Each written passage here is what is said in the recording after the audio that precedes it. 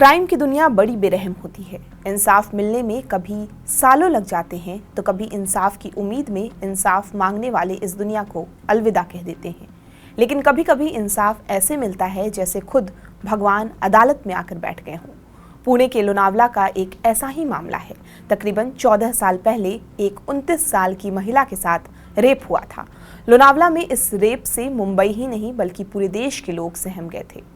एक महिला जो दिल्ली में काम करती थी, वो एक कॉन्फ्रेंस के लिए लोनावला के एक रिजॉर्ट आती है। यहीं 10 दिसंबर 2010 को एक 22 साल का सिक्योरिटी गार्ड उसका रेप कर देता है। कॉटेज के अंदर अंधेरा था तो महिला ने उस सिक्योरिटी गार्ड का चेहरा नहीं देखा था। एफआईआर एक अज्ञात के खिलाफ हुआ था, लेकिन एक वॉइस सैंपल ने इस केस को हमेशा के लिए भारतीय कानून के इतिहास में अहम बना दिया और उस महिला को इंसाफ भी मिल गया। पुलिस की माने तो महिला दिल्ली में अकाउंट एग्जीक्यूटिव का काम करती थी। कॉन्फ्रेंस के लिए वो लोनावला आई थी। 9 दिसंबर की रात वो अपने कॉटेज में जाती है और दरवाज़ा लॉक कर देती है।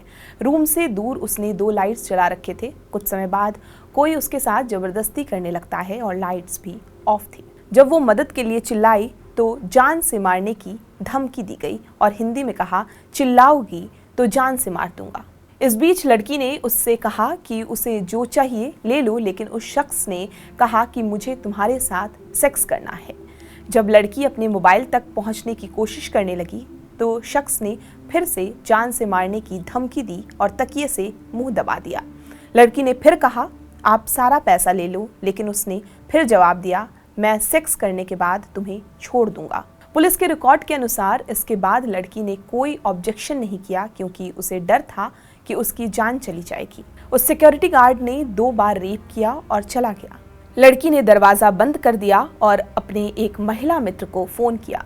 12 तारीख को एफआईआर दर्ज हुई। मेडिकल जांच में रेप की पुष्टि हुई।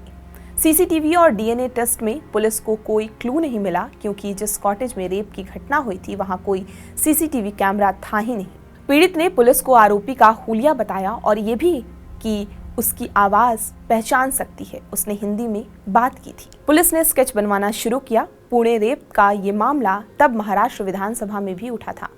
पुलिस ने रिजॉर्ट के सभी स्टाफ का वॉइस सैंपल लिया। लड़की ने उस आवाज को पहचान लिया। पुलिस ने सिक्योरिटी गार्ड को 14 जनवरी 2011 को अरेस्ट कर लिया। सिक्योरिटी गार्ड यूपी का रहने वाला था। गार्ड का फेस भी लड़की के बताए सस्पेक्ट से 80% मैच कर गया। आरोपी का डीएनए टेस्ट भी लिया गया। मामले के ट्रायल के दौरान बचाव पक्ष ने डीएनए टेस्ट का हवाला दिया जो कि आरोपी से मैच नहीं हुआ था, लेकिन कोर्ट ने लड़की की बात को तरजीह दी और कहा कि पीड़ित का आरोपी से पहले से कोई दुश्मनी नहीं है और ऐसी कोई वजह नहीं दिखती कि लड़की आरोपी को झूठे केस में फंसाए। कोर्ट ने आरोपी को जुलाई 2018 में 10 साल के कठोर कारावास की सजा सुनाई। वॉइस सैंपल के आधार पर अदालत द्वारा इस तरह का ये एक रेयर फैसला था और ऐतिहासिक भी। आपको ये पूरी जानकारी कैसी लगी हमें कमेंट करके ज़रूर बताएं और देश दुनिया की तमाम खबरों के लिए आप हमारे साथ बने रहें और देखते रहें TV9 डिजिटल।